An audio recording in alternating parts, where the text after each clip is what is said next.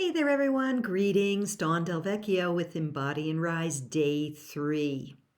Before we begin, my usual request, please, if you find value in this, like, subscribe, hit the notification bell so you could be notified of the upcoming parts in this series. This is a 21-day series.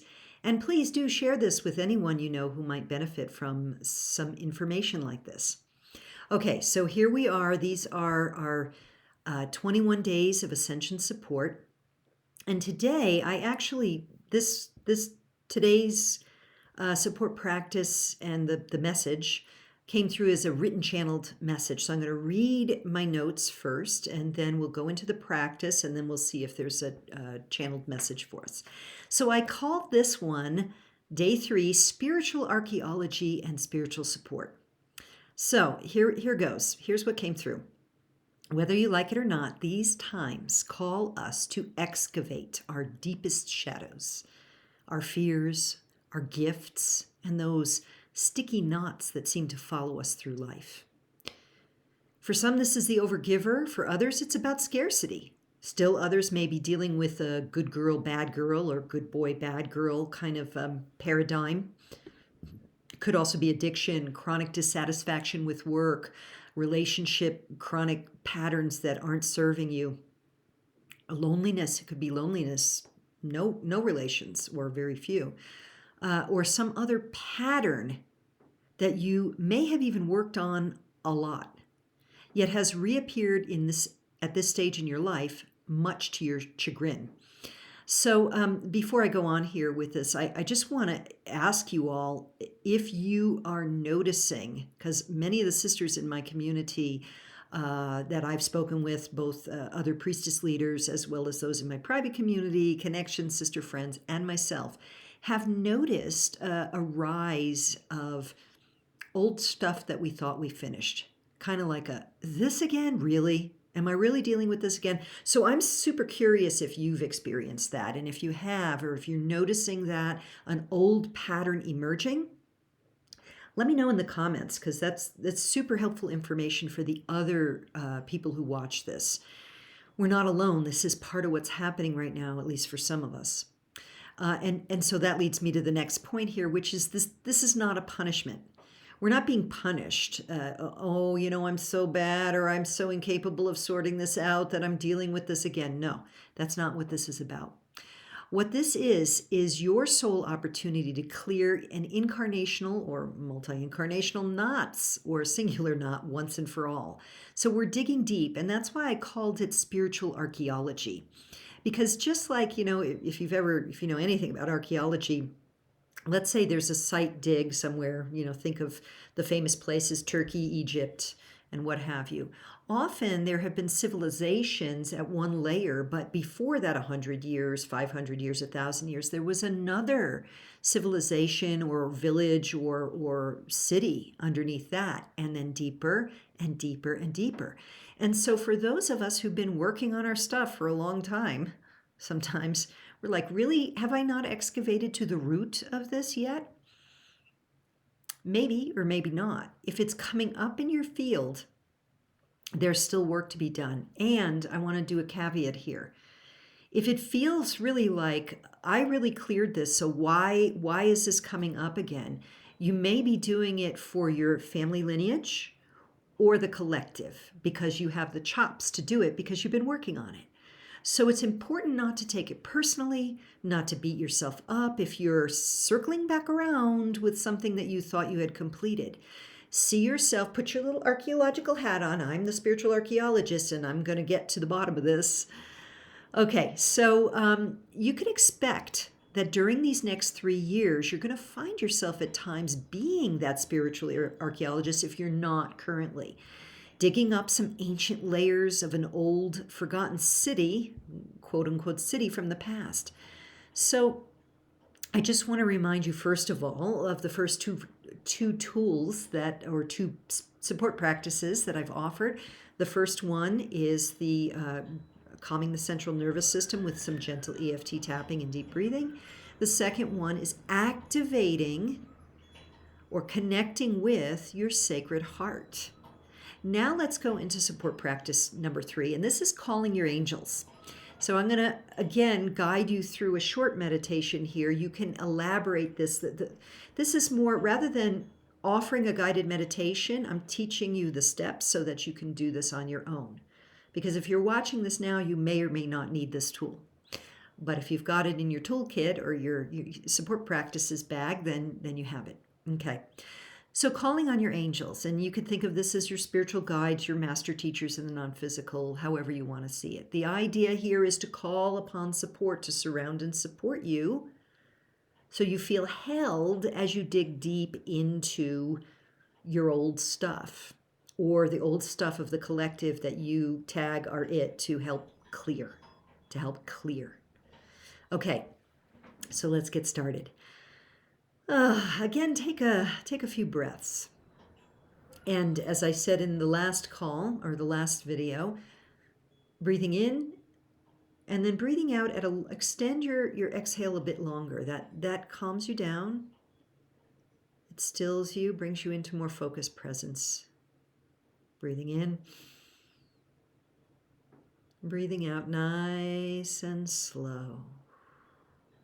Good. Now, if your eyes are open and you can close them, go ahead. If not, just activate the third eye to see and know and call upon your unique guidance team to come and have your back. So using your mind's eye, see the angels or guides come now to have your back and to flank you on either side.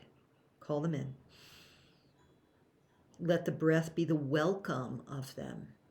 And if you have anything arising around fear, like I don't want to call in bad entities or bad guys, you call them in with an intention like, I am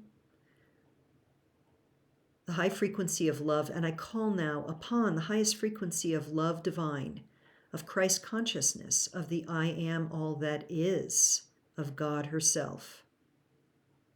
Angels, guides, high masters in the non-physical, come, be by my side, have my back, surround and protect me as I dive deep into deeper awareness for healing, clearing, and transmuting. So use the language you want, but you're basically defining exactly the energetic frequency of the guides you want. Now, if you don't have fear around that, if you know your own energy, you simply call upon your guides. My guides, those who have helped me make this soul plan for this incarnation, those who reside in a frequency of love and above, I call upon you now. Be with me. Have my back. Surround me. Stand by my side, shoulder to shoulder, as I dig deep to clear and transmute all that does not serve my ascension now. And then take a deep breath and move forth in whatever way you are dealing with whatever. So you could see that this could be combined with number 1 or number 2. If you're feeling stressed out, you can start with lower the first things first, reduce the stress in the nervous system, tapping, breathing, right? Collarbone tapping, breathing. Get yourself calm enough and then call in the guides and angels. Okay, so hopefully that's helpful and in high service to you. Now, let's just tune in and see if there's any message for today. Whew. Isis comes. I come to you as the one you have known as Isis, and I work specifically with this conduit, this being, this beautiful priestess being, to call forth the priestesses at this time. And the priestess is seen as a role at times. There's much to the history or the herstory of the priestess. This is not what my message is today. Rather, the message today is to call forth the sovereign self within you. The sovereign being that has the right to choose what you wish for your life, to set clear energetic boundaries for self, that you may be a light for yourself and thereby for others through the extension of that light.